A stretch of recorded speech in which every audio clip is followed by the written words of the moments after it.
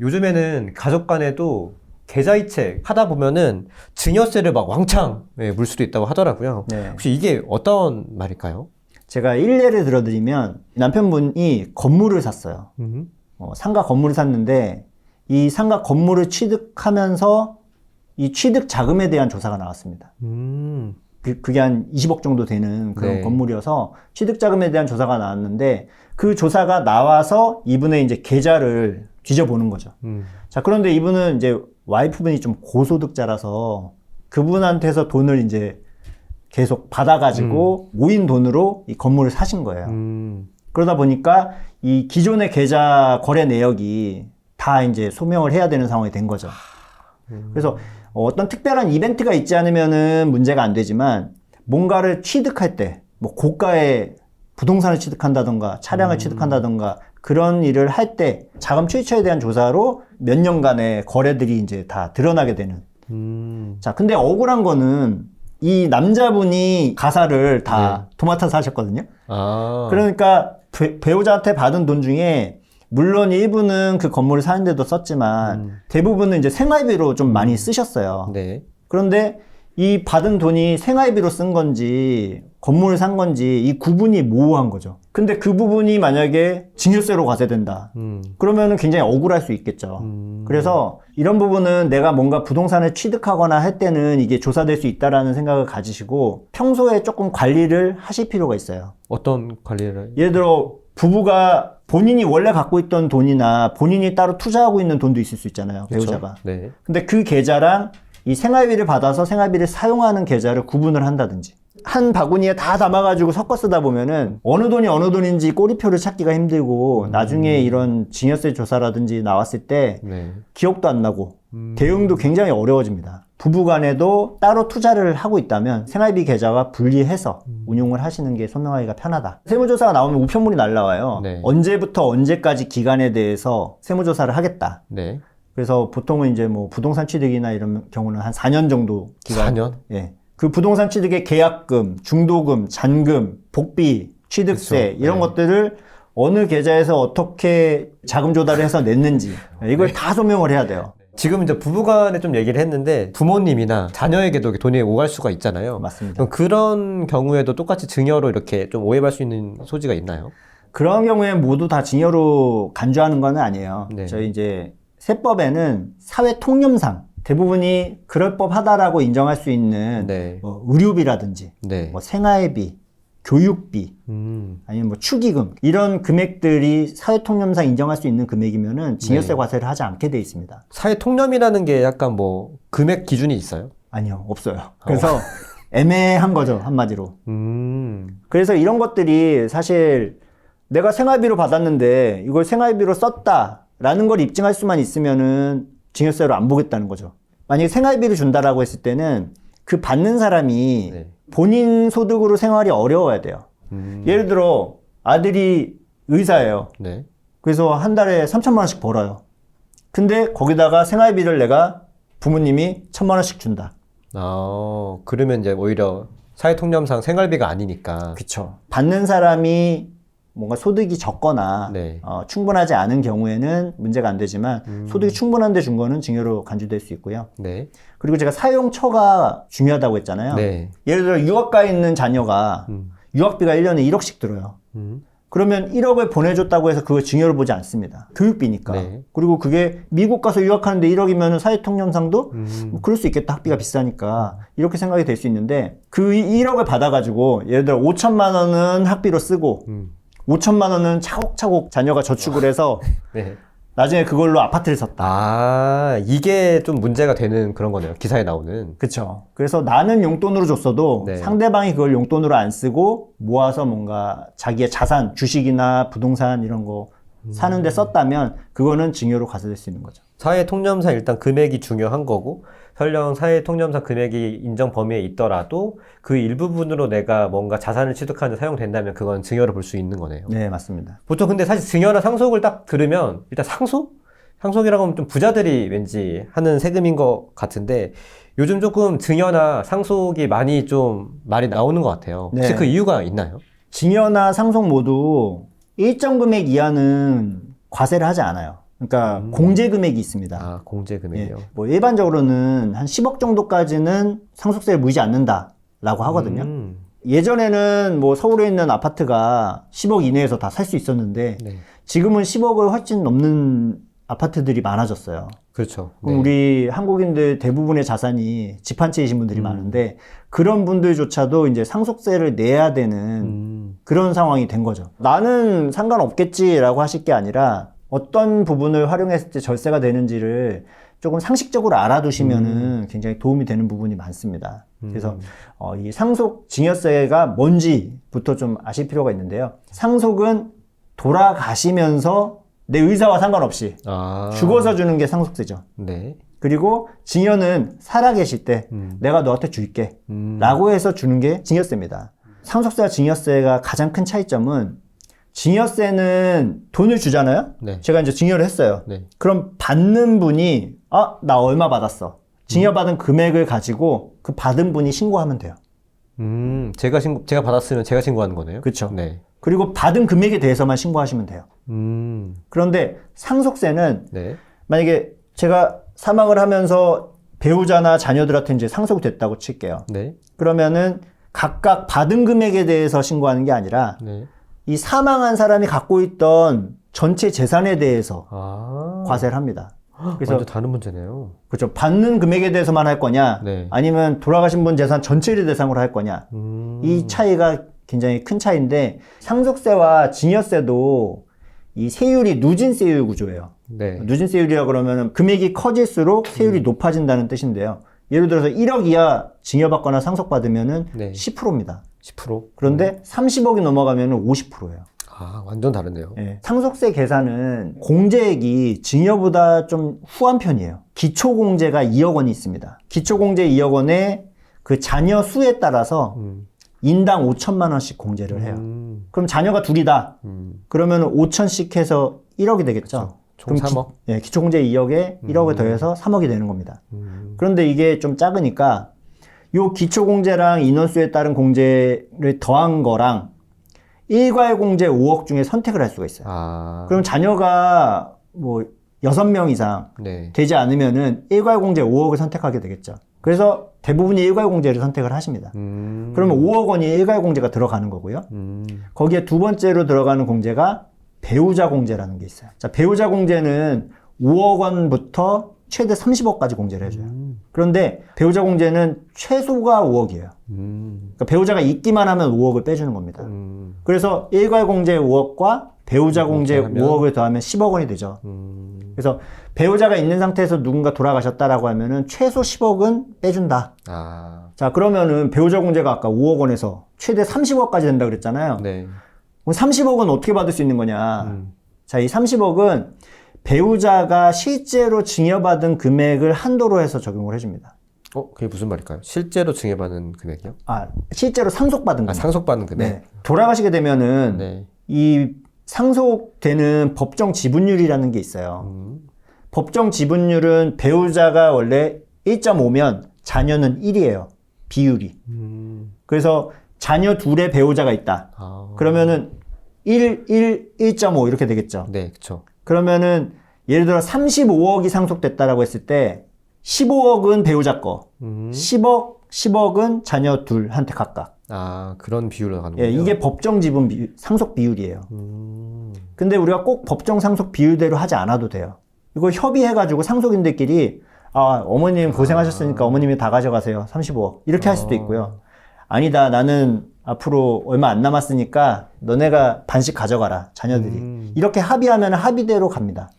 그러니까 이 합의를 해서 누가 얼마를 가져갈지를 결정할 수 있는 이것 때문에 이제 배우자 상속 공제가 달라질 수가 있는 거예요. 아까 제가 배우자 상속 공제는 5억에서 최대 30억인데 네. 배우자가 실제로 가져간 금액을 한도로 한다라고 그랬잖아요. 네. 그러면 배우자가 15억을 가져갔어요. 법정 지분율대로 35억 상속됐는데 네. 배우자가 15억 가져갔다 그러면 15억이 배우자 공제가 되겠죠. 그쵸. 그럼 아까 일괄 공제 5억에 배우자 공제 15억 하면은 20억이 공제가 되는 겁니다. 그런데 예를 들어 배우자가 30억을 가져갔다. 그리고 자녀들은 5억만 나눠줬어요. 네. 그럼 배우자 공제 30억을 적용할 수 있냐? 배우자가 상속받은 거를 한도로 해서 한다고 했으니까 30억을 받으면 30억 공제가 될 수 있을 것 같은데 네. 이거는 배우자의 법정 상속 지분율 안에서만 공제를 해줍니다. 자, 그러니까 결과적으로 말하면은 네. 그 배우자 공제는 셋 중에 작은 거예요. 아. 법정 상속 지분. 네. 아까 15억이었죠. 네. 그리고 실제 받은 거. 네. 실제 받은 게 15억이면 이 두 개 같아지는 거고요. 네. 그리고 최대 30억까지 된다 그랬으니까 이 30억을 한도로 하는 거예요. 이 중에 셋 중에 작은 거예요. 작은 걸로. 네. 그러면 15억이 되는 거죠. 네. 그쵸. 근데 예를 들어 실제 상속을 배우자가 30억을 받았어도 법정 상속 지분이 15억이니까 이 15억이 제일 작은 게 돼서 그쵸. 15억까지만 공제가 되는 거예요. 간혹가다 이제 실수가 나오는 게 네. 배우자 공제가 배우자가 상속받은 걸 한도로 30억까지 된다고 하니까 이렇게 단순하게. 배우자가 30억 가져가면은 공제 30억 다 받겠네라고 하는데 네. 그 법정 상속 지분 한도가 걸려 있다는 거죠. 그래서 그 이상은 받아도 공제액이 안 되는. 그래서 이런 부분들은 이제 실제 상속이 발생했을 때 네. 세무 전문가랑 상의를 하셔가지고 네. 어머님이 얼마를 받을 건지 네. 자녀들이 얼마를 받을 건지를 이제 결정을 하시는 거에 따라서 세금이 달라집니다. 이런 거는 좀 상담을 받아서 진행을 하시면 좋을 것 같아요. 아까 제가 상속세는 네. 돌아가실 때 갖고 계신 재산 전체를 기준으로 상속공제 빼고 네. 전체에 대한 세율을 적용을 한다라고 했잖아요. 네. 그렇기 때문에 이 상속하실 때 갖고 있는 재산이 계속 늘어나게 되면은 전부 다 뭐 30억 초과돼서 50% 세율을 맞게 되는 그렇죠. 그런 결과가 될 수 있어요. 네. 그래서 상속세로 전체를 내기보다는 네. 미리미리 좀 나눠서 증여를 해주시면 네. 그 부분이 상속이랑 별개로 아. 나눠져서 계산이 되거든요. 네. 이게 누진세율 구조다 보니까 미리미리 나눠서 증여하면은 증여세는 증여세대로 낮은 세율. 그렇죠. 그리고 상속 재산이 줄어들기 때문에 상속세도 좀 낮은 세율을 받으실 수가 있어요. 이 증여를 해주시는 것도 좀 요령이 있습니다. 이 증여세 과세 구조를 좀 아셔야 되는데요. 증여세는 받는 사람이 자기가 받은 것만 가지고 세금을 낸다 그랬어요. 그러면은 결과적으로는 여러 명한테 쪼개줄수록 증여세가 줄어들겠죠. 예를 들어 5억을 한 명한테 증여했다. 네. 그러면 이거는 5억까지는 20% 세율이 적용되거든요. 근데 5명한테 1억씩 나눠주면은 전체가 다 10% 적용을 받게 돼요. 1억 이하는 10%니까. 아. 그래서 나눠줄수록 세금이 줄어든다라는 게 첫 번째고요. 네. 두 번째는 기간을 좀 분산을 하시는 게 좋아요. 기간 분산. 이 증여를 받았을 때도 증여 공제가 있고 합산을 하는 기간이 있어요. 예를 들어 1년 전에 자녀한테 1억을 증여한 다음에 올해 또 1억 원을 증여한다. 그럼 요거는 10년 내에 여러 번 증여한 거죠. 네. 그래서 이 1억과 1억이 합산이 됩니다. 아. 그러면은 1억 주고 1억 줬을 때 10%만 내는 게 아니라 1억 초과는 5억까지 20% 세율이거든요.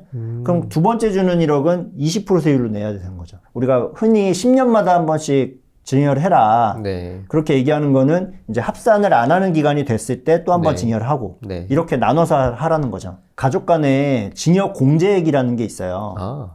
그래서 예를 들어 배우자한테 증여하는 거는 6억 원까지는 증여세가 안 나와요. 그리고 배우자. 자녀, 성인 자녀한테는 5천만 원. 5천? 그리고 미성년 자녀한테는 2천만 원. 2천. 기타 친족이라 그래서 네. 뭐 사촌이라든지 뭐 사위 며느리 이런 경우에는 1,000만 원까지 공제가 됩니다. 아. 그래서 예를 들면은 자녀한테 돈을 증여할 때 5천만 원을 증여하면은 증여세가 아예 없잖아요. 네. 그런데 5천만 원씩 증여해서는 큰 금액을 증여하기가 어렵죠. 그쵸. 그런 경우에는 1억 5천을 증여해요. 그러면 5천만 원 공제액을 빼고 나머지가 1억 원이죠. 네. 우리가 1억 원까지는 증여세가 10%입니다. 그러니까 1,000만 원만 내면 1억 5천을 증여할 수 있는 거죠. 1억 원에서 5억 원까지가 20% 구간이니까 네. 1억 5천 또는 5억 5천 요 정도까지가 이제 낮은 세율을 활용하시면서 증여할 수 있는 구간이라고 보시면 돼요. 이게 10년에 한 번이니까 30대랑 40대 분들도 지금부터 조금 준비를 해야 되는 부분도 반드시 있겠네요, 그러면. 그렇죠. 이게 증여는 미리미리 계획해서 주셨을 때 효과가 극대화되는 게 이 기간이 나눠짐에 따라서 이 합산을 안 하거나 공제액을 한 번 더 쓸 수 있다는 것도 있지만 네. 미리 줬던 자산이 뭐 투자가 된다든가 이랬을 때 불어나서 아, 그렇죠. 본인 재산이 되잖아요. 그럼 나중에 내가 다른 재산을 줄 때도 그 재산을 받았을 때 증여세를 받는 사람이 내는 거거든요. 이 증여세는. 증여세가 있어야지 증여도 받을 수가 있어요. 그렇죠. 네.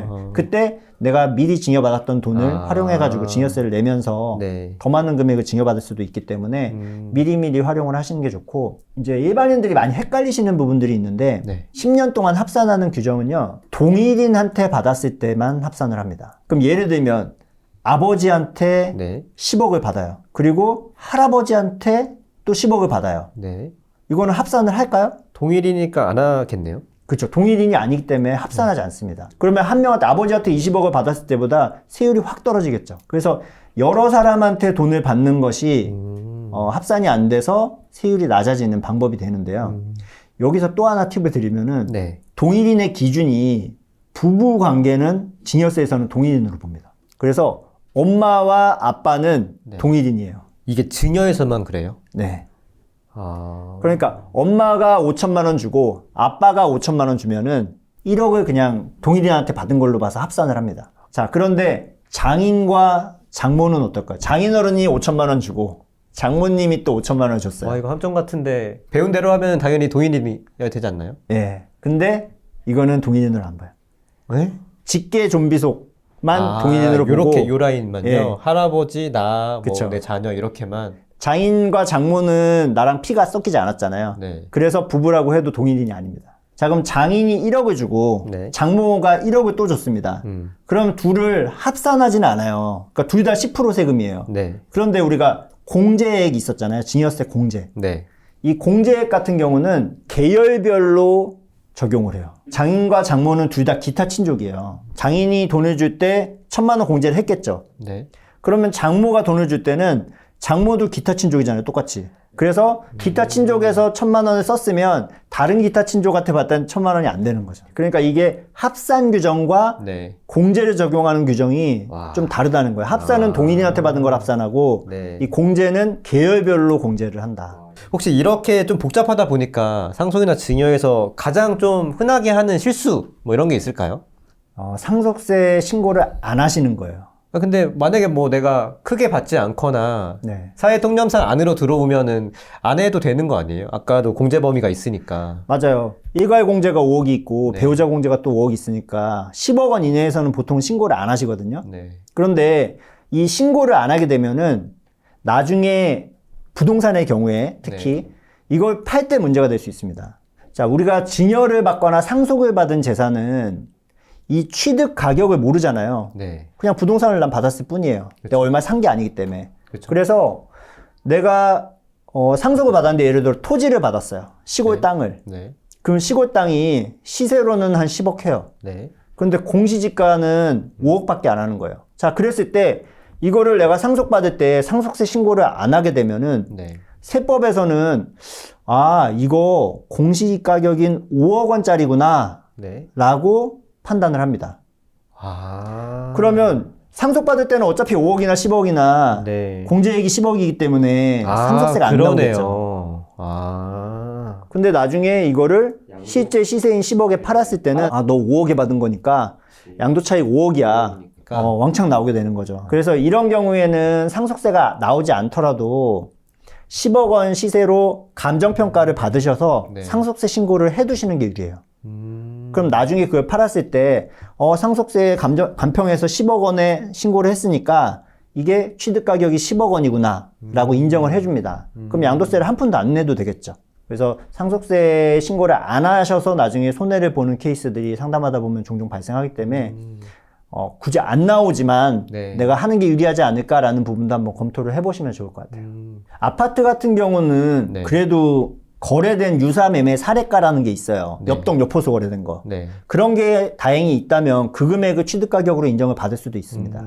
그런데 요새같이 거래가 굉장히 안 되는 기간이다. 근데 상속을 받았다. 네. 라고 하면은 그런 아파트 같은 경우도 이제 공시가격으로 세무서에서 취득가격을 잡아버릴 수도 있기 때문에 그런 부분들은 조금 시세대로 받아두시는 게 안전하겠죠. 역시 세금은 뭐 아까도 취득세도 그렇지만 미리미리 신고를 조금 해두는 게 훨씬 더 장점이겠네요. 네, 맞습니다. 증여세 관련해가지고 올해 좀 변경된 사항이 있을까요? 증여세에서 굉장히 크게 바뀐 점이 있습니다. 오. 증여 받는 사람이 취득세를 내게 되는데 이 취득세 기준이 기존에는 공시가격이었어요. 그런데 지금 올해 1월 1일부터는 시세로 바뀌었습니다. 아, 진짜요? 예를 들면 아파트가 네. 시세가 10억 원이면 공시가격, 공동주택 공시가격이라는 걸 공시하거든요. 그거는 한 6억에서 7억 정도 합니다. 그렇죠.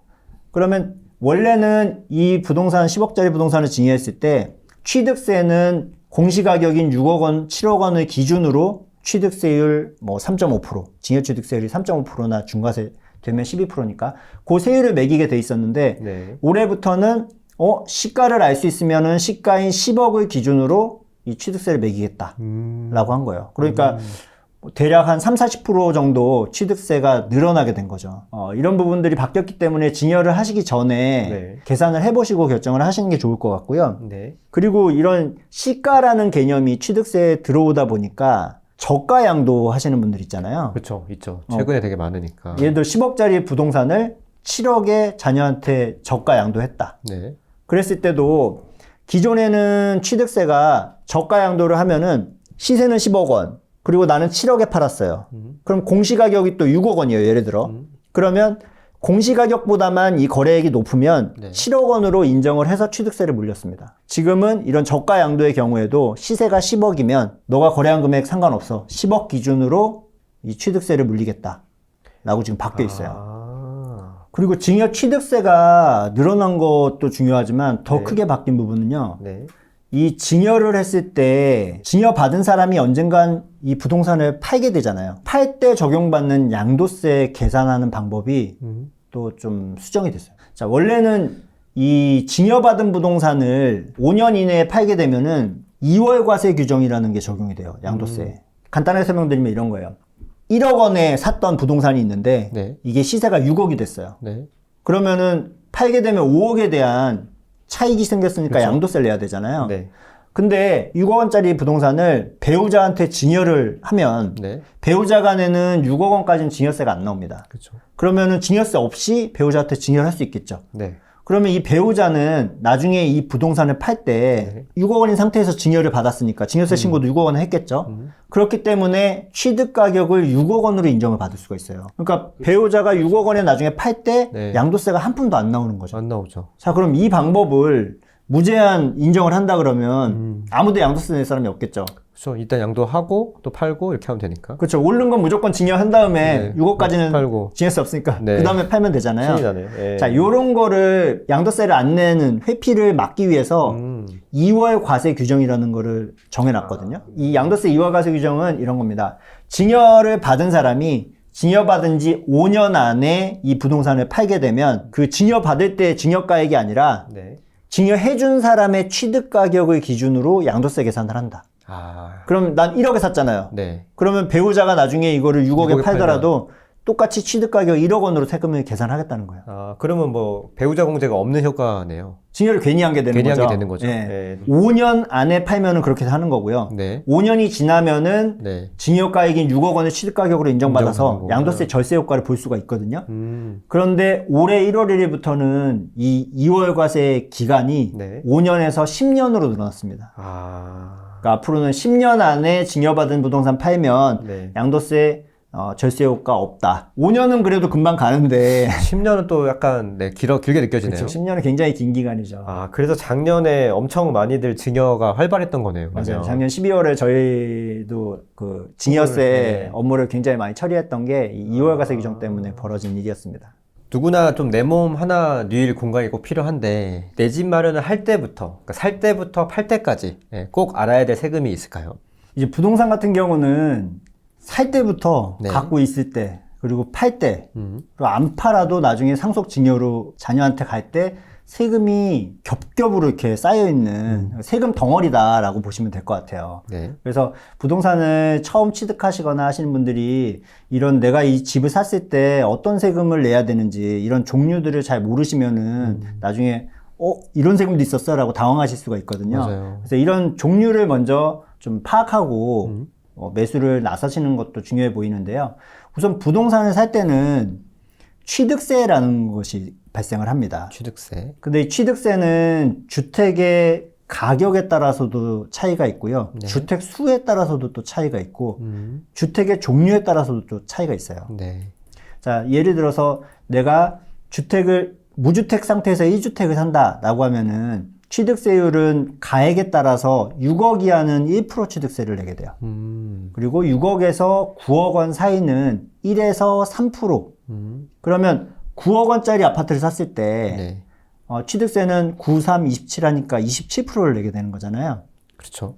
근데 이 취득세에 붙는 세금들이 있어요, 또. 이 지방소득세나 농어촌 특별세 같은 것들이 또 붙어서 네. 실제로 내가 내는 세금은 1% 취득세인 구간에서는 1.1%나 1.3%를 내게 돼요. 그리고 3%인 구간에서는 3.3%나 3.5%까지. 그러니까 6억 원 이하는 사실은 1.1%에서 1.3%니까 상당히 부담이 적죠. 주의하실 거는 오피스텔의 경우에는 취득세가 상가랑 똑같이 취급해서 4.6%를 낸다는 점을 꼭 기억을 하셨으면 좋겠어요. 네. 취득세 4%에 네. 지방세와 농특세를 합쳐서 4.6%를 낸다. 그래서 주택은 어떻게 보면 조금 취득세율을 낮게 해주는 1에서 3%로 낮춰준 효과가 있다라고 보시면 될 것 같고요. 네. 자, 이 취득세를 내고 나면 이제 보유를 하게 되죠.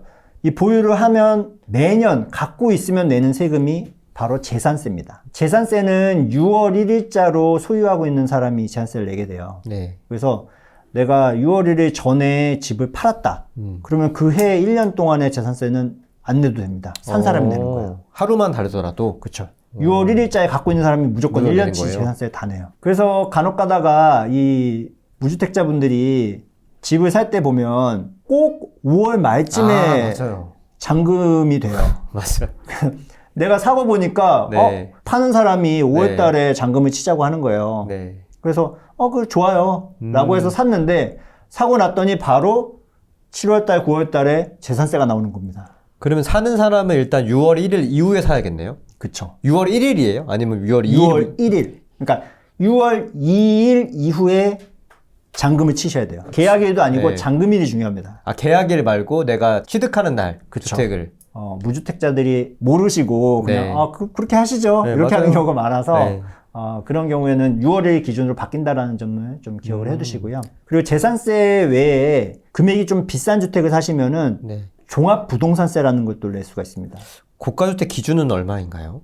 1세대 1주택 같은 경우 단독 명의로 가지고 있으면은 네. 공시가격 12억, 12억? 12억 이하는 종합부동산세가 안 나와요. 그런데 이제 공동 명의의 경우에는 인당 9억씩 공제를 받을 수 있어서 18억까지는 안 나옵니다. 그러니까 웬만큼 비싼 집이 아니고서는 사실 무주택자, 1주택자가 이제 종합부동산세를 낼 일은 없다라고 보시면 되는데 네. 재산세는 금액 상관없이 무조건 나오는 금액이라서 이런 거를 좀 기억을 해두시면 좋을 것 같고요. 그리고 마지막으로 이제 팔 때 내는 세금, 네. 양도소득세죠. 1주택자 같은 경우에는 2년 보유 그리고 거주 요건이 있을 때 거주 요건을 채우면 네. 12억 원까지는 비과세를 해줍니다. 12억이 넘으면은 또 낼 수도 있는 거네요, 그러면. 네, 비과세 요건을 갖췄다고 해도 12억 넘는 고가주택은 그 12억이 넘는 부분에 대해서만 비율적으로 세금 계산을 해요. 그래서 사실 뭐 13억에 팔았다고 해도 차익이 크게 나진 않습니다. 대부분 세금을 줄일 수 있는 굉장히 절세 효과가 큰 거기 때문에 이 비과세 요건을 정확하게 알고 네. 혜택을 받으시는 것도 중요하겠죠. 또 이게 1주택자 분들이 가장 많이 물어보시는 게 약간 명의 문제인 것 같아요. 네. 항상 이게 공동명의랑 단독명의랑 어떤 게 좀 절세에 좀 도움이 될까요? 공동명의, 단독명의에서는 이 세금별로 차이가 나는 거랑 안 나는 게 있어요. 네. 우선 취득세, 살 때 취득세는 명의를 공동명의로 한다고 해서 세금이 줄어들질 않아요. 취득세율은 전체를 기준으로 매기거든요. 네. 9억 넘는 집을 공동명의로 샀다고 해서 4억 5천, 4억 5천씩 나눠지니까 세율이 3%에서 1% 줄어들지 않아요. 그러니까 세율 자체는 전체 금액 9억 원 기준으로 3%가 나오는 거고요. 그냥 나눠진 금액에 대해서 똑같은 세율이 적용되니까 명의에 따라서 취득세 전체 총합은 달라지지가 않습니다. 그래서 취득세는 상관이 없고, 그리고 재산세도 마찬가지예요.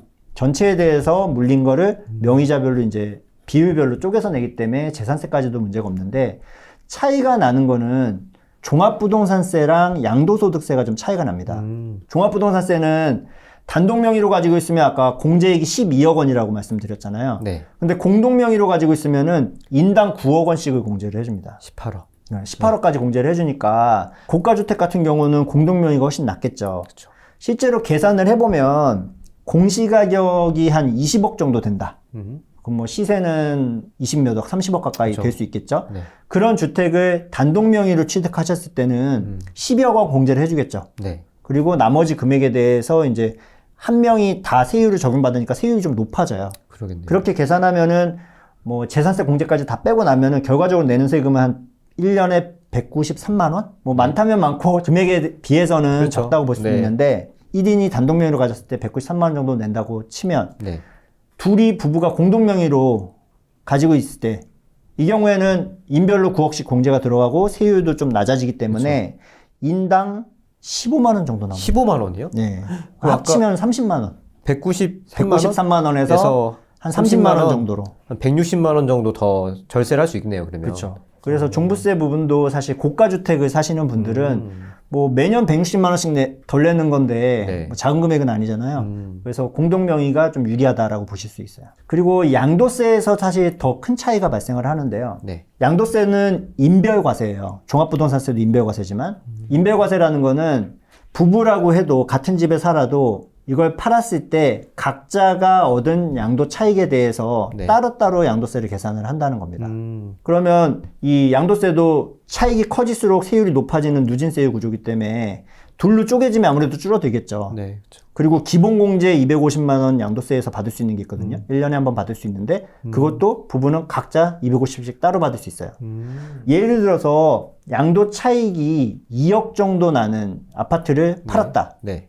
그러면 단독 명의로 가지고 있었을 때는 혼자 2억 양도 차익이 되겠죠. 네. 이때는 양도세가 지방세까지 포함해서 한 6천만 원 정도 나옵니다. 그런데 이거를 공동 명의로 갖고 있다 팔면은 남편 1억, 부인 1억 이렇게 차익이 나눠지겠죠. 네. 그래서 그 각각을 계산했을 때는 인당은 한 2천만 원 정도 나와요. 그럼 둘이 낸 걸 합쳐서 4천. 예, 한 4,100만 원 정도 나옵니다. 4,100. 그러면은 단독 명의에 비교해 보면은 한 1,900만 원, 2천만 원 정도. 2천 가량 정도 훨씬 줄어드니까. 예, 양도세가 줄어드니까 기본적으로는 공동 명의로 했을 때는 지금은 손해 볼 일은 없다. 이게 과거에는 단독 명의로 했을 때가 더 유리한 케이스도 있었거든요. 아, 그래요? 이 종합부동산세 같은 경우는 네.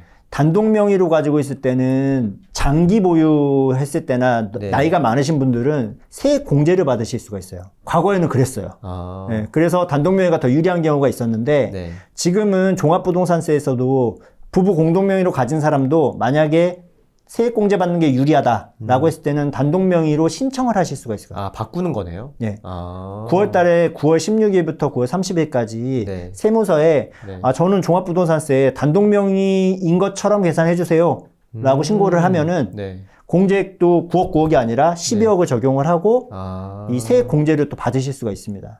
그러니까 이제는 내가 언제든 단독 명의처럼 세제 혜택을 받을 수 있기 때문에 공동 명의가 일단은 유리하다라고 네. 보실 수 있죠. 그러면 1주택자 분들이 약간 1년 단위로 루틴하게 약간 세금을 챙겨야 될 그런 것들을 좀 정리해 줄 수 있나요? 주택을 이제 보유하시면 네. 임대를 나서 소득을 버실 수도 있고 네. 또 뭐 재산세, 종부세 이런 것들을 내실 수가 있잖아요. 네. 그래서 1년을 놓고 보면은 우선 2월 10일에 네. 사업장 현황 신고라는 게 있어요. 네. 그래서 내가 주택을 임대해서 임대 소득을 얻었다라고 했을 때는 네. 내가 얼마를 벌었는지 네. 그거를 2월 10일까지 사업장 현황 신고를 하셔야 되고요. 네. 근데 이 사업장 현황 신고는 사실 의무는 아닙니다. 안 했을 때 지금까지는 가산세가 없어요. 네. 그래서 하시는 분도 있고 네. 안 하시는 분도 있다라고 네. 보시면 될 것 같고요. 그리고 5월 달에는 종합소득세라는 걸 내죠. 네. 그래서 주택을 임대해서 임대소득이 있을 때는 다른 뭐 근로소득이나 사업소득이랑 합산을 하셔서 5월 달에 종합소득세 신고를 하시는 겁니다. 그리고 양도세 같은 경우도 네. 내가 주택을 팔게 되면 네. 판 날이 속하는 달의 말일로부터 2달 안에 양도세 신고 납부를 네. 하셔야 돼요. 예를 들어 만약에 제가 1월 달에 팔았다. 네. 그럼 1월 말일로부터 2달이니까 2월, 3월 말까지 신고를 하셔야 되거든요. 네. 근데 이 양도세 신고도 내가 여러 채를 팔 수도 있잖아요. 네. 그럼 여러 채를 팔게 되면 각각 신고를 할 수도 있고요. 첫 번째 팔 때 첫 번째 거 신고, 두 네. 번째 팔 때 첫 번째 거랑 두 번째 거 합산해서 신고, 네. 세 번째 걸 팔면은 이 1, 2, 3번을 또 다 합산해서 신고 이렇게 할 수가 있거든요. 아, 네네. 그러면 이걸 다 누적해서 합산해서 신고하신 분들은 5월 달에 따로 신고를 안 하셔도 되는데 네. 만약에 내가 1번, 2번, 3번을 팔았는데 다 1번 따로, 2번 따로, 3번 따로 신고했다. 그러면 그 다음에 5월 달에 네. 이걸 합산해서 한 번 더 신고하셔야 돼요. 그래서 합산 신고를 5월 달에 하셔야 되고 네.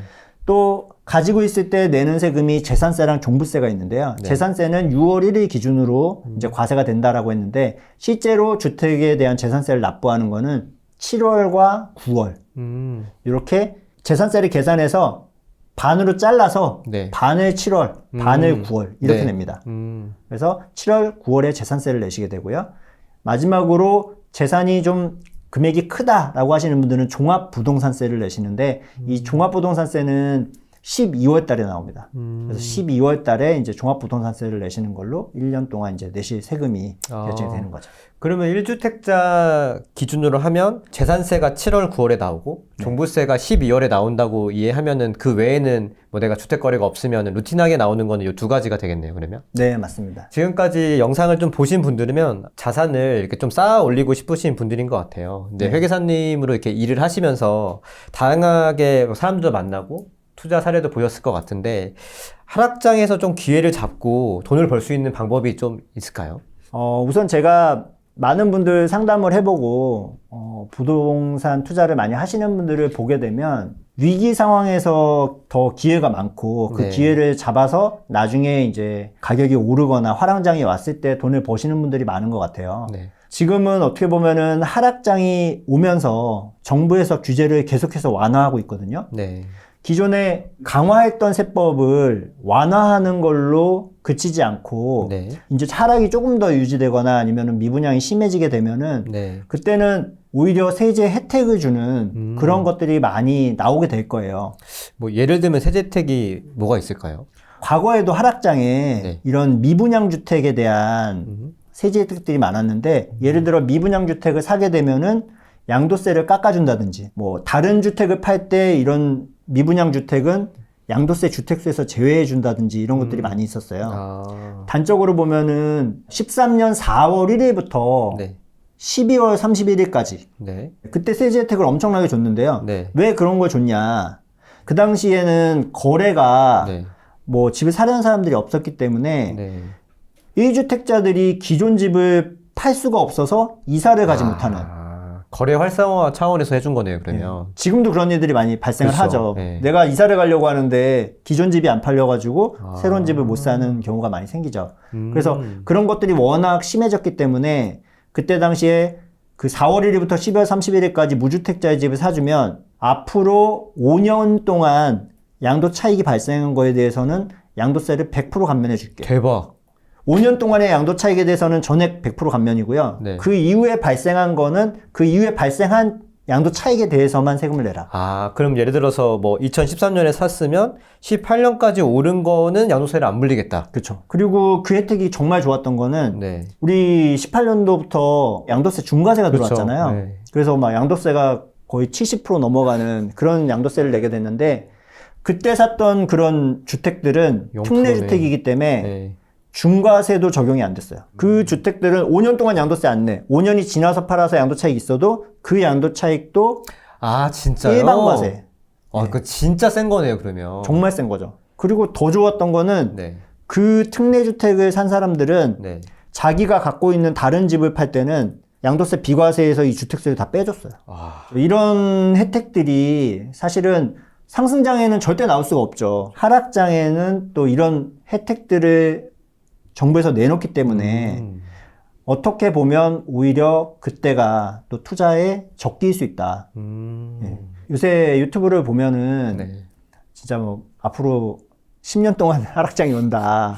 네, 슬픈 이야기들이 네, 많죠. 그런 얘기들이 있지만 뭐 그런 얘기가 더 많을수록 부자들은 네. 오히려 지금 더 기회일 수 있겠다라고 생각하고 접근을 하시는 분들이 많이 있는 것 같아요. 물론 투자를 지금 뭐 적극적으로 하라 이런 것은 아니지만 네. 과거 역사를 뒤돌아보면 정부는 반드시 하락장이 왔을 때는 부양책을 내놨고 네. 그 부양책이 과거에 작동을 했던 것들을 보면은 그때가 이제 기회인 경우가 많았다. 그래서 그렇죠. 내가 무주택이든 유주택이든 대책이나 이런 게 나올 때 특히 세금과 관련된 대책이 나왔을 때 면밀하게 보고 계시다가 네. 어떻게 앞으로 시장이 흘러나가는데 트리거가 될 건지 이런 부분들을 좀 살펴보시면은 부자들처럼 투자하실 수 있는 그런 기회가 되지 않을까 싶습니다. 돈을 많이 버신 분들은 네. 사실은 세금에 굉장히 민감하세요. 음. 사실 내가 뭐 더 열심히 해서 네. 돈을 버는 거에는 뭐 열심히 기존에도 열심히 안 한 사람이 네, 없잖아요. 우리 다 열심히 하니까요. 그걸로 돈을 버는 것보다 네. 내가 세금적으로 좀 더 합법적으로 절세할 수 있는 방법을 찾아서 세금을 줄이는 게 예를 들어 2억을 벌어서 1억을 세금을 내야 돼요. 그럼 1억 번 거잖아요. 그렇죠. 근데 세금은 1억을 절세할 수 있다고 하면 1억 전체가 내 소득이 되는 거죠. 거잖아요. 네. 그래서 돈이 많으신 분들, 많아질수록 이런 절세에 대한 부분이 더 중요해지는데요. 네. 단적으로 예를 들면은 내가 주택을 여러 채 가지고 있는데 그 주택들을 임대주택으로 다 등록을 해놓은 거예요. 그 임대주택으로 등록을 해놓으면 임대주택에 대한 세제 혜택들이 있거든요. 네. 그 단순히 종부세랑 양도세 혜택만 보는 게 아니고요. 이 보유하고 있는 주택의 소득세 신고를 하잖아요. 네. 그렇죠. 임대소득이 있으니까. 네, 네. 이 임대소득을 벌 때 소득세 신고를 할 때 우리가 경비 처리되는 항목 중에 감가상각비라는 게 있어요. 건물은 점점 노후화되잖아요. 노후화되죠. 네. 그럼 세법에서는 이 노후화되는 부분을 감가상각비라는 형태로 비용 처리를 할 수 있게 해줘요. 아. 이 비용 처리를 하면 나중에 팔 때 양도세에서는 감가상각한 금액만큼 내가 산 가격이 낮아지게 돼요. 집이 5억이에요. 네. 그러면 건물이 예를 들어 3억이다. 아, 또 그 집이 5억이면 토지랑 또 그 건물 값으로 나뉘니까. 그렇죠. 토지는 감가상각을 할 수가 없어요. 네. 아, 가치가 토지 빼고 줄어들지 않기 때문에. 건물만. 네. 건물이 3억이면 네. 이 건물 3억을 최고 빨리 감가상각하면 30년 동안 감가상각할 수 있어요. 아, 그러면 1년에 1,000만 원씩 감가상각할 수 있겠죠. 그렇죠.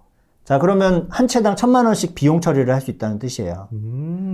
근데 임대소득은 예를 들어 500만 원 벌어요. 그 집에서.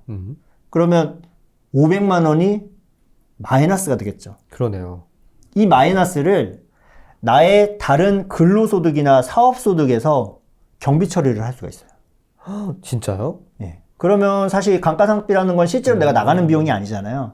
하지만 세무적으로는 비용으로 처리를 받을 수 있기 때문에 네.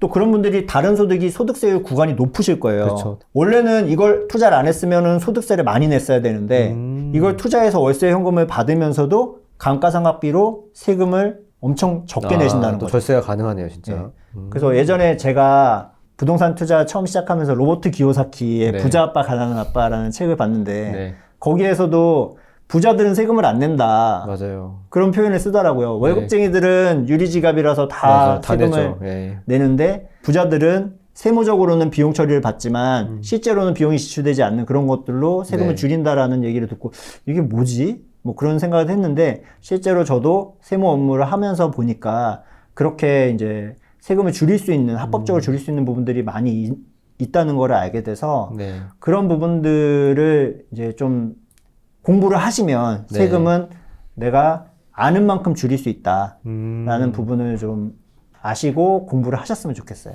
그러면 그런 분들한테는 공부를 어떻게 조금 시작하면 좋을까요? 일반인들이 볼 수 있는 세금 책들도 많아요. 저도 이제 책을 냈지만 네. 뭐 일반인들을 대상으로 한 그런 부동산 세금 책들이 많기 때문에 제가 추천드리는 거는 책을 한 권 사셔서 전체적으로 어떤 세금이 어떤 식으로 돌아간다는 걸 아시고 나서 한 번 읽었다고 이게 이해가 되지 않고 전혀 안 되더라고요. 또 한 번 이해했어도 계속 바뀌어요. 늘 새롭죠. 예, 바뀌기 때문에 책으로 한번 전체적인 틀을 잡으시고 그 다음에 이런 유튜브나 네. 이런 걸 통해서 새로 바뀌는 것들을 계속해서 들으시다 보면은 결국은 제가 봤을 때는 세금에 대한 관심은 내가 부동산을 갖고 있느냐 없느냐 아, 맞아요. 예, 이게 내 일이냐 아니냐에 따라서 내가 내냐 안 내냐. 예, 사실 공부라는 게 내가 갖고 있지도 않은데 공부하면은 잘 안 들어오는 것도 사실이더라고요. 그래서 세금 강의 들으시는 분들이 항상 그 얘기 하세요. 아, 처음 들었을 때 안 들렸던 게 지금 두 번, 세 번 들으니까 이 얘기가 저 얘기였구나. 맞아요. 이런 게 들린다고 하시더라고요. 근데 정말로 제가 경험한 바로는 이 자본주의에서는 돈을 버는 기술 못지않게 이 세금을 안 내고 줄이는 절세 기술이 굉장히 중요하거든요.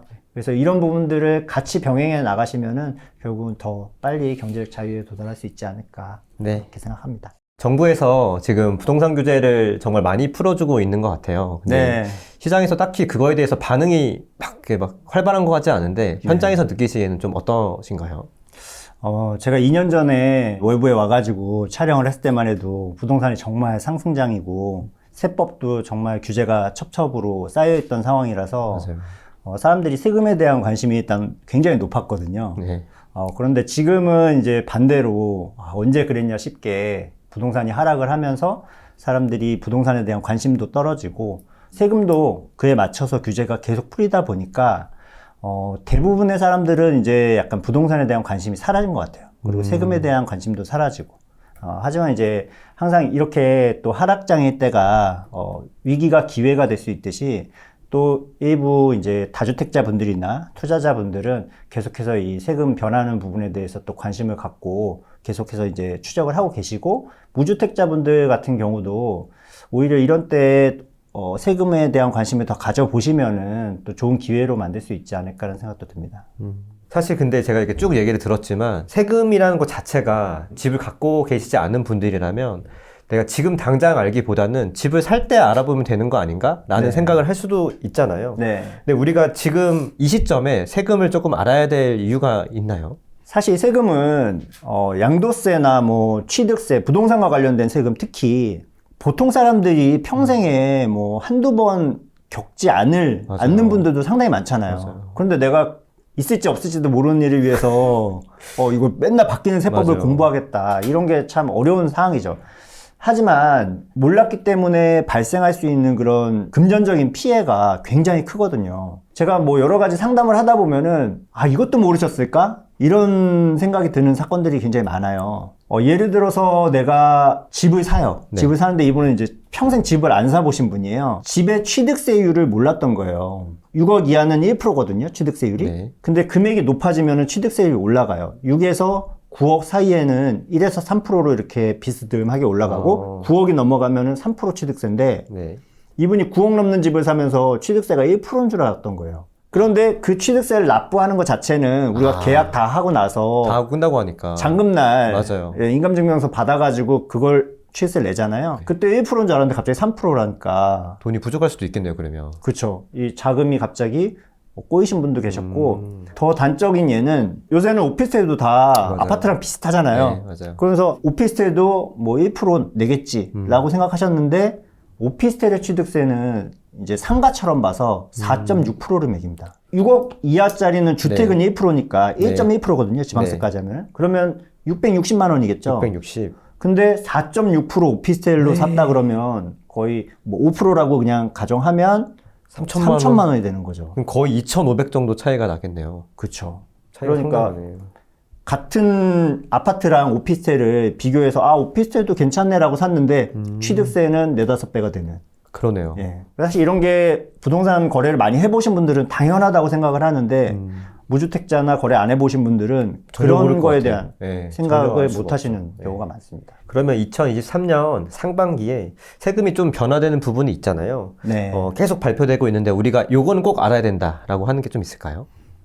작년부터 해서 올해까지 지금 계속해서 세법을 완화시키고 있어요. 뭐 취득세부터 뭐 종합부동산세, 양도세 이런 부분 전방위적으로 지금 규제를 완화시키고 있는데 취득세 같은 경우는 기존에 2주택자부터는 8%, 3주택 이상은 12% 이렇게 중과세가 적용이 되고 있었는데 정부에서 그 중과세율을 2주택까지는 중과세 안 하겠다.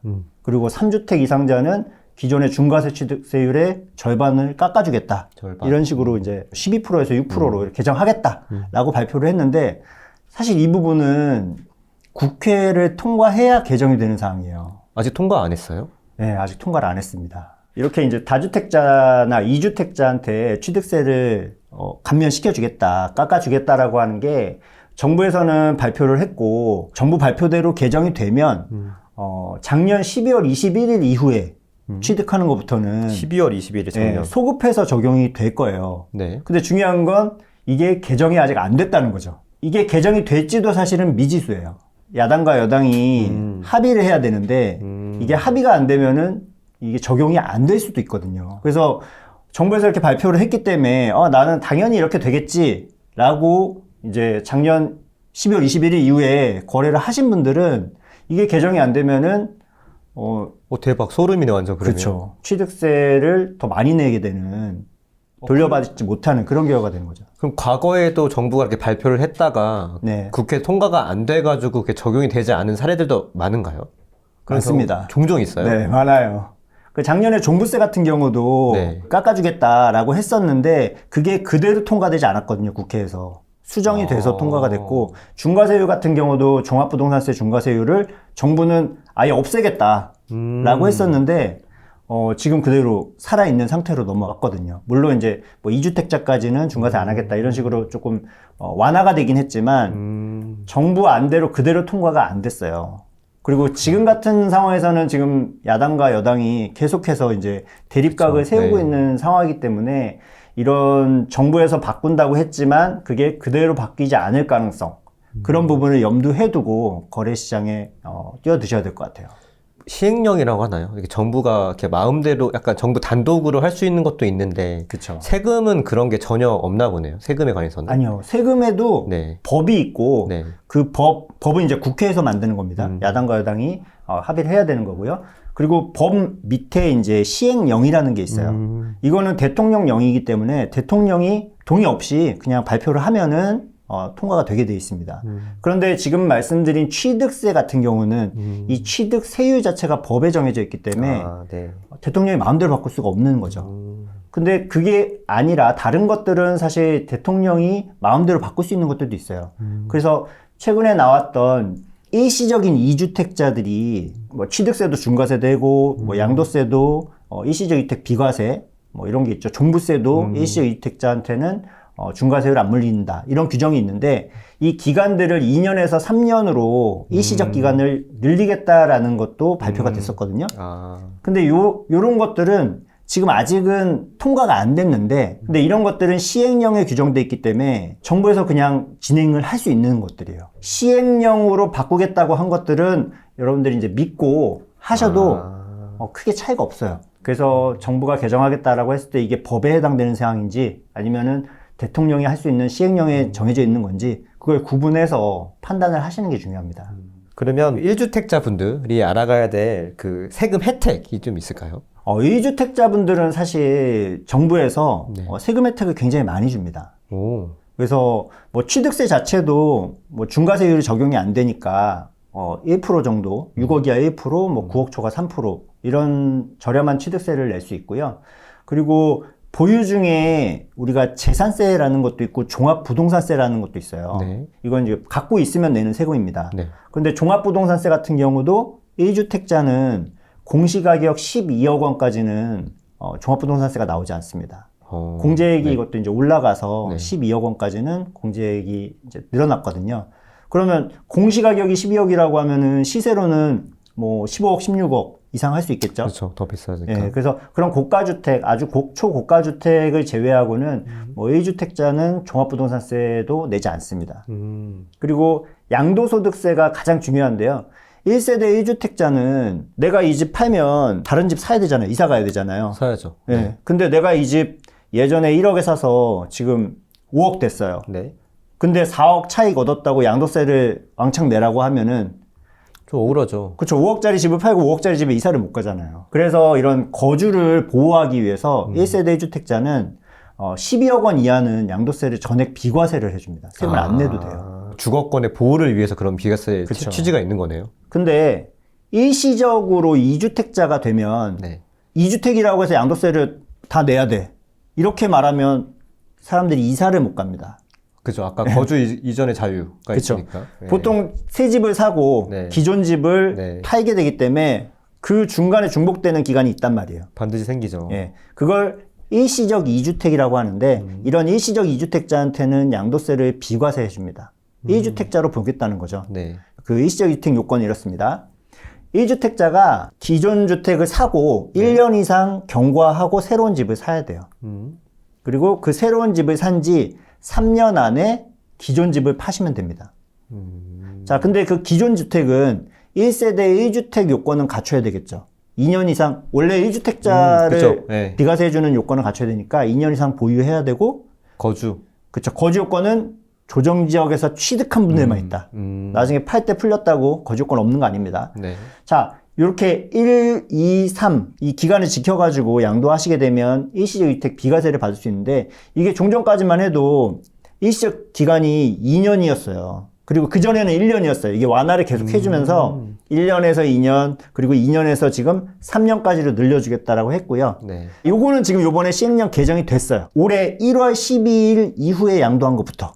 1월 12일. 예, 3년으로 이제 확정이 됐습니다. 아. 그래서 자, 이 일시적 이주택이라는 게 얼마나 파워풀하냐면, 예를 들어서 설명을 드려볼게요. 이 일시적 이주택을 최대한 활용하면 1년에 한 채씩 팔면서도 양도세를 전혀 안 낼 수가 있어요. 지금 이제 조정 대상 지역에서는 비과세 받기 위해서는 거주 요건이 있잖아요. 네. 근데 지금 조정 지역이 다 풀렸죠. 거의 다 풀렸죠. 예, 강남 3구, 용산 빼고는 다 풀렸기 때문에 그 지역 외에서는 다 활용하실 수 있는 방법인데, 예를 들어 제가 지금 1월 1일 날 집을 한 채 샀어요. 네. 근데 여긴 조정 지역이 아니에요. 네. 그럼 2년 보유만 하면 되겠죠. 그렇죠. 자, 2년 보유만 하고 팔면 비과세입니다. 네. 그런데 자, 1년이 지난 다음에 내년 1월 1일에 새로운 집을 한 채 더 사요. 요거는 이제 하나 말씀드릴 게, 1월 1일 날 첫 번째 집을 샀으면요, 두 번째 집은 1월 1일 날 사시면은 1년 이상 경과가 안 됩니다. 그렇죠. 1월 네. 2일 날 사셔야 돼요. 맞아요, 맞아요. 이거 주의하셔야 네. 됩니다. 자, 그럼 내년 1월 2일 날 두 번째 집을 샀어요. 자, 그러면 두 번째 집을 산 지 3년 안에 기존 집을 팔면 비과세가 되잖아요. 그렇죠. 그런데 기존 집은 보유기간 2년은 갖춰야 돼요. 네. 자, 그러면 한 해가 더 지나서 내후년 1월 1일 날 내가 첫 번째 샀던 집을 파는 거예요. 자, 그러면은 일시적 2주택자 비과세를 받으실 수가 있습니다. 왜냐면 1년 이상 경과하고 샀고, 네. 내가 첫 번째 산 집이 2년 보유기간 딱 채웠죠. 네. 그리고 두 번째 집을 산 지 1년 만에 파는 거니까 3년 이내에 들어갑니다. 됐죠. 네, 됐죠. 자, 그렇게 해서 집을 한 채 파시고, 그 날짜에 또 다른 집을 한 채 더 사는 거예요. 그래서 1월 3일 날 세 번째 집을 사시고, 또 그 다음에 두 번째 샀던 집을 팔고, 이렇게 무한 반복을 하시면 지금 거주 요건이 비과세에서 없어졌기 때문에, 그러네요. 예, 이 이거 방법을 꿀팁이네요, 진짜. 사용하시면 1년마다 한 채씩 비과세를 받을 수 있는. 네. 비조정 지역에서 계속 활용할 수 있는 방법이네요. 이거는. 맞습니다. 거주할 필요도 없죠. 집을 사서 임대만 줘도 2년 있으면 비과세가 되니까요. 네. 그래서 이렇게 일시적 이주택을 활용하시면 되는데, 이 일시적 이주택이 사실 양도세에만 있는 개념은 아니에요. 취득세도 두 번째 집 사면은 지금 조정 지역에서는 8% 취득세 중과세가 그렇죠. 되거든요. 네. 근데 요 기간도 이제 원래는 두 번째 집을 조정 지역에서 사면은 8% 취득세를 내야 됩니다. 그렇죠. 그런데 이 취득세도 기존 집을 이 새 집을 산 지 3년 내에 팔면 중과세를 안 물려요. 그러면은 이미 냈을 거 아니에요. 그럼 그거는 뭐 환급 신청을 하는 거예요? 두 가지 방법이 있는데요. 네. 8%를 내고 나중에 환급을 받는 케이스도 있고, 애시당초 취득세를 두 번째 집에 대해서 8% 내야 되잖아요. 네. 근데 낼 때, 저는 3년 이내에 기존 집을 팔 겁니다. 네, 그럴 예정이에요. 라고 하면 중과세를 안 물리고 내게 해줘요. 근데 그걸 내가 팔지 안 팔지를 뭐 이렇게 신고를 할 때 쓰는 거예요? 그쵸.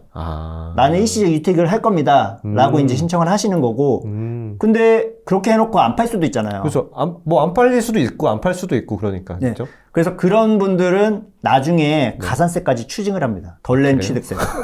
그럼 미리 내는 게 나을 수도 있겠네요. 맞아요. 아. 자, 이 부분도 이제 원래는 그 2년 안에 팔아야 네. 일시적 이주택이었는데 3년으로 동일하게 양도세처럼 연장이 됐어요. 마찬가지로 이제 올해 1월 12일 이후 거래분부터.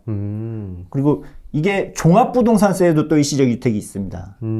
종부세도 기존에는 일시적 2주택 그 두 채가 되면은 네. 종부세를 중과세했었거든요. 네. 그런 부분도 3년 안에만 종전주택을 팔면은 중과세를 안 하는 걸로.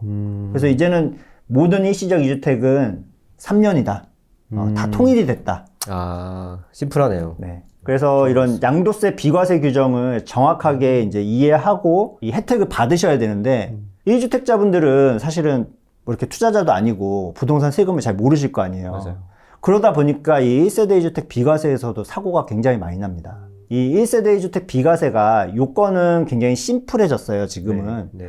2년 이상 주택을 보유하고 팔면 돼요. 보유 기간이 2년 이상이어야 되는데 여기에 이제 거주 요건이 있는 경우랑 없는 경우가 있어요. 이 거주 요건은 많은 분들이 이제 헷갈리시는데 네. 최근에 조정 대상 지역이라는 규제 지역이 대부분 해제가 됐어요. 네. 뭐 강남 3구랑 용산 정도를 빼고는 전체가 해제가 됐기 때문에 이 조정 대상 지역에서는 거주 요건이 있다라는 거는 이제 유튜브나 이런 걸 통해서 많이 들어보셨을 거예요. 얼추 들었죠, 얼추. 그쵸? 잘은 몰라도. 조정 대상 지역은 거주 요건이 있고 조정 대상 지역이 아니면은 거주 약간 요건이 없다. 외우는 느낌이죠. 네, 네, 그렇죠. 약간 암기하는 이것만 느낌으로. 알고 계시는 네. 분들이 내가 살던 동네가 조정 대상 지역에서 해제가 됐대. 네. 그러니까 나는 거기 살지 않았지만 2년 이상 거주 안 했지만 이걸 팔았을 때 양도세가 없겠지. 없는 거 아니에요? 그렇지 않습니다. 자, 이 거주 요건이라는 건요. 네. 내가 이 주택을 취득했을 때 조정 대상 지역인지 아닌지가 중요해요. 내가 살 때. 그렇죠. 살 때 그게 조정지역인지 아닌지가 더 중요한 거네요. 예. 그래서 팔 때는 조정 지역이든 아니든 그건 상관이 없어요. 그러니까 예를 들면 내가 2년 전에 조정 대상 지역에서 주택을 샀어요. 그리고 거주는 안 했습니다. 네. 2년 전세만 세를 준 거죠. 그리고 나서 지금 보니까 이제 조정 대상 지역이 다 해제가 된 거예요. 네. 그 상태에서 신난다. 나 거주권이 있었는데 조정 대상 지역 해제됐으니까 이제 거주 안 해도 되겠네. 2년 지났으니까 지금 뭐 1억 올랐는데 팔아야지. 라고 팔면은 그게 거주 요건이 없는 게 아니라서 비과세가 안 된다는 거예요. 근데 신고를 안 하고 그냥 넘어갈 수도 있잖아요. 그럼 네. 그 다음에는 어떻게 돼요? 막 이렇게 뭐 구세청에 전화 오나요? 그래서 양도세에서 사고가 터지면은 네. 이게 일이 굉장히 커지는 게 네. 실제로 그래도 안 해도 됩니다. 12억 원까지는. 네. 그런데 지금 말씀하신 것처럼 내가 비과세가 안 돼. 거주 요건이 있어야 되는데 안 갖추고 그냥 팔아버렸어요. 그러면은 양도세가 나오겠죠. 뭐 1억 나오겠죠. 정도면은 한 2천만 원 조금 넘게 나옵니다. 그러면 그 양도세를 신고를 안 했기 때문에 여기에 가산세가 붙어요. 가산세는 두 종류가 있는데요. 네. 내가 아예 신고를 안 해버리면은 무신고 가산세라고 해서 네. 20%가 붙습니다. 20%요? 예, 2천만 원에 20%니까 한 400만 원 정도가. 엄청 세네요. 그렇죠.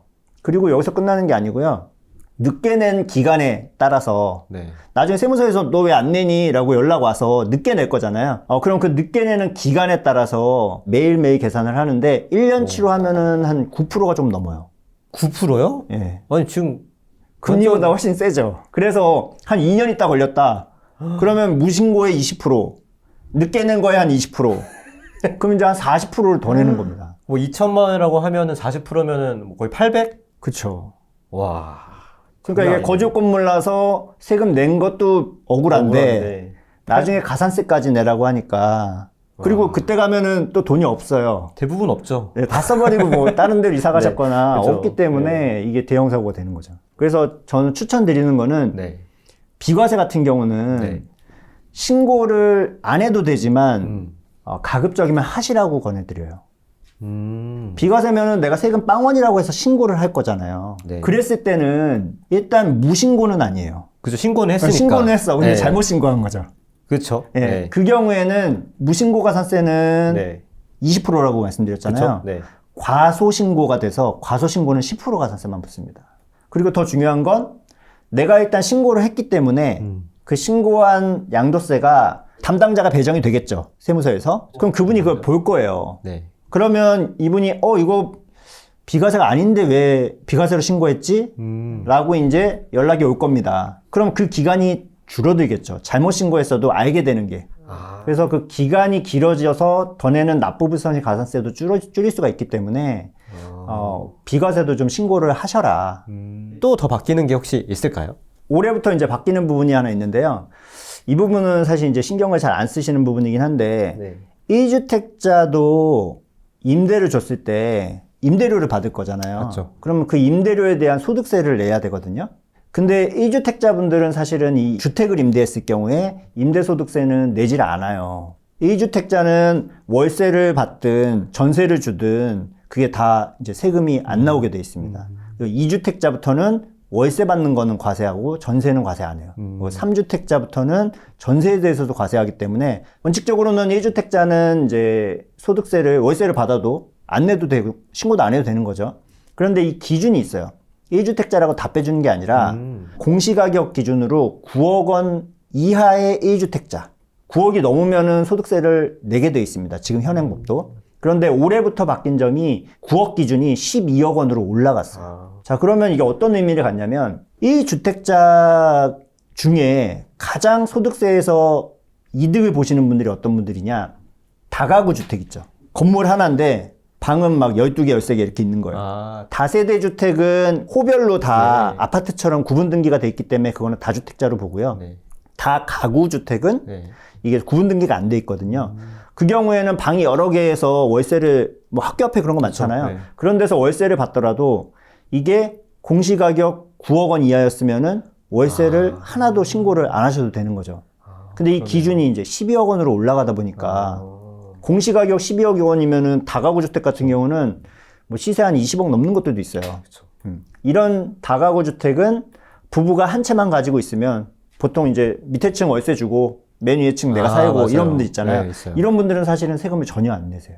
그래서 이런 12억까지 늘어난 부분을 활용하시면은 임대소득을 얻으면서도 세금을 안 내시는 그런 절세를 활용할 수 있다. 1주택자의 하나는 특혜죠. 예. 그러네요. 뭐 내가 집이 없는데 뭐 세금이 나랑 무슨 상관이지? 이런 분들도 되게 많으시고 저도 네. 예전에 집이 없을 때는 세금 아예 관심이 없었던 것 같은데 네. 혹시 무주택자분들이 꼭 챙겨야 될 세금이 혹시 좀 있을까요?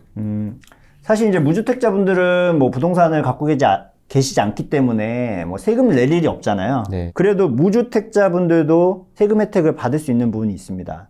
무주택자분들은 집이 없다는 건데 그럼 이분들은 어딘가에 임대료를 주고 임차에서 살아야죠. 살고 계시겠죠. 네. 그래서 이렇게 임차액, 월세를 내고 계신 분들한테는 이 월세액을 나중에 우리 소득세에서 종합소득세를 낼 때 소득세에서 공제를 해주는 월세 공제를 받으실 수가 있어요. 그런데 이 부분도 월세 세액 공제가 급여 소득에 따라서 이제 10%, 12% 정도 받을 수 있었거든요. 네. 최대 한도는 이제 750만 원인데 네. 그게 지금 15%, 17%로 올라갔어요. 조금 자세히 말씀드리면 지금 월세 세액 공제는 총 급여 7천만 원 이하이신 무주택자, 무주택 근로자나 성실 신고하시는 사업자들 이런 분들을 받으실 수 있는데 총급여가 7천만 원 이하이신 분들은 15% 월세 세액 공제를 받으실 수 있고요. 한도는 750만 원입니다. 그리고 총급여가 5,500만 원 이하이신 분들 네. 이런 분들은 17%, 2%를 더 받게 돼요. 크네요. 네. 예, 그래서 최대 17%까지 내가 낸 월세를 다시 세액공제로 돌려받는다. 이 세액공제는 세금에서 그대로 그 금액 전체를 깎아주는 개념이거든요. 굉장히 크네요. 그러면. 그래서 굉장히 세금 혜택이 크고요. 대신에 이제 요건이 있어요. 이 주택이 아무런 주택만 다 해주는 게 아니라 국민주택 규모라고 하는 전용 85제곱미터, 32평, 33평 이하이거나 네. 또는 기준 시가가 4억 원 이하인 주택. 기존에는 3억 원 이하 네. 주택만 됐었거든요. 그러니까 이게 5억입니다. 네. 85제곱미터 이하면서 비싼 집도 돼요. 근데 85제곱미터 초과된다 그럼 기준 시가가 4억 원 이하인. 그러니까 4억 언더거나 아니면은 그 규모가 32평 미치거나 그쵸. 우호 조건으로. 네. 네네. 그게 이제 3억 원 이하였는데 네. 올해 개정돼서 4억 원 4억 이하로 까지. 이제 1억 원 늘어났다. 그렇게 보시면 됩니다. 올해 지금 신고하시는 건 작년에 대한 소득이잖아요. 네. 그러면 그 기준이 이제 기준시가 3억 원 이하. 이렇게 그쵸. 적용이 되고 이제 내년부터. 올해를 네. 내년에 신고하시니까 내년부터는 4억 원 이하 주택도 다 해당이 되신다. 오랜만에 조금 오시긴 하셨는데 2년 전에 오셨을 때나 지금이나 사실 제가 들으면서도 좀 머리가 혼란스럽거든요. 혹시 좀 세금 공부를 쉽게 할 수 있는 좀 노하우가 있을까요? 이 세금이 굉장히 방대해 보이지만 사실 나한테 해당되는 세금만 놓고 보면은 범위가 굉장히 압축되거든요. 부동산에 관심이 있다라고 하면은 적어도 취득세 그리고 양도세 이 두 가지만큼은 대충이라도 어떻게 돌아가는지를 아시고 대신에 의사결정을 하시기 전에 바뀐 부분들이 많기 때문에 네. 세무 상담을 좀 받아보셨으면 좋겠어요. 그리고 세무 상담을 받기 전에 유튜브가 이게 월급쟁이 부자들처럼 좋은 바뀐 부분을 많이 설명을 해주잖아요. 이런 부분들을 좀 보시고 최종 결정은 세무 상담을 통해서 하시는 게 좋겠다. 그러면 상담을 가기 전에 어느 정도 이렇게 공부를 하고 그 다음에 네. 가는 게 더 가성비가 좋겠네요. 그렇죠. 제가 세무 상담을 받아본 적도 있는데 처음에 상담을 받으려고 할 때는 되게 조금 어디에 누구한테 물어봐야 되지? 그리고 뭐 네. 어떻게 물어봐야 지 이런 것도 되게 많이 좀 궁금하더라고요. 네. 근데 처음 세무 상담을 받으려고 하면 어떤 이렇게 루트로 알아보면 좀 좋을까요? 일단 뭐 당장 저도 네. 이 세무업을 시작하기 전에는 세무 상담을 받는다는 게 세무조사 받는 느낌도 나고 그죠. 수수료도 비쌀 것 같고 네. 아깝고. 네, 맞아요. 그래서 인터넷 네이버를 막 주로 찾아보죠. 네. 그런데 이 세무 상담을 유료로 진행하지 않더라도 아, 무료도 있어요? 네, 무료로 하실 수 있는 굉장히 정부에서 만들어 놓은 좋은 사이트들이나 루트들이 많이 있습니다. 예를 들어 전 세 가지를 좀 권해드리는데, 나는 전화가 편해 하시는 분들은 126번, 국번 없이 126 누르면은 네. 국세 상담센터로 연결이 됩니다. 양도세든 세목별로 이렇게 구분해가지고 상담을 받으실 수 있는데, 네. 거기에서 상담을 해주시는 분들은 그 상담만 하시는 분들이에요, 전화로.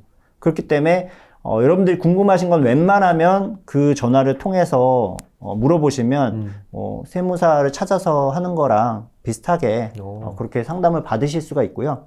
그리고 나는 전화가 좀 불편해, 막 잘 모르겠고, 네. 그런 분들, MZ세대 이런 분들, 난 네. 글이 편해 라고 오케이. 하시는 분들은 문자가 편한 세대. 네이버에 홈택스라고 쳐서 들어가시면은 그 국세청 사이트가 나옵니다. 그래서 그 홈택스에 인터넷 상담하기가 있어요.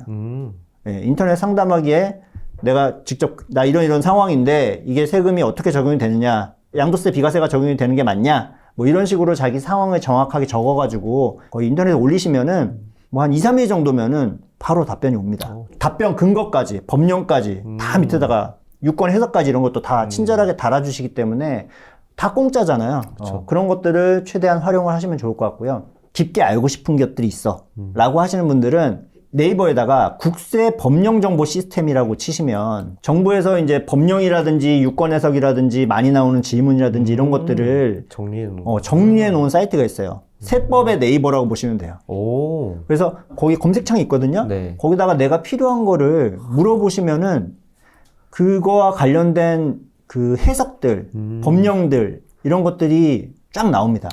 예를 들어 나 샤시를 수리했는데 샤시가 양도세에서 경비 처리가 되냐, 이런 것도 뭐 자본적 지출 이런 식으로 검색을 하시면은, 아니면 샤시 뭐 양도세 비용 이런 식으로 검색을 하시면 그거와 관련된 유권 해석이나 이런 것들이 쫙 다 나옵니다. 그래서 굳이 내가 돈을 주고 상담을 안 하시더라도 이런 걸 활용하시면은 어느 정도까지는 여러분들 궁금증을 신뢰도 높은 정보를 얻으실 수가 있을 것 같아요.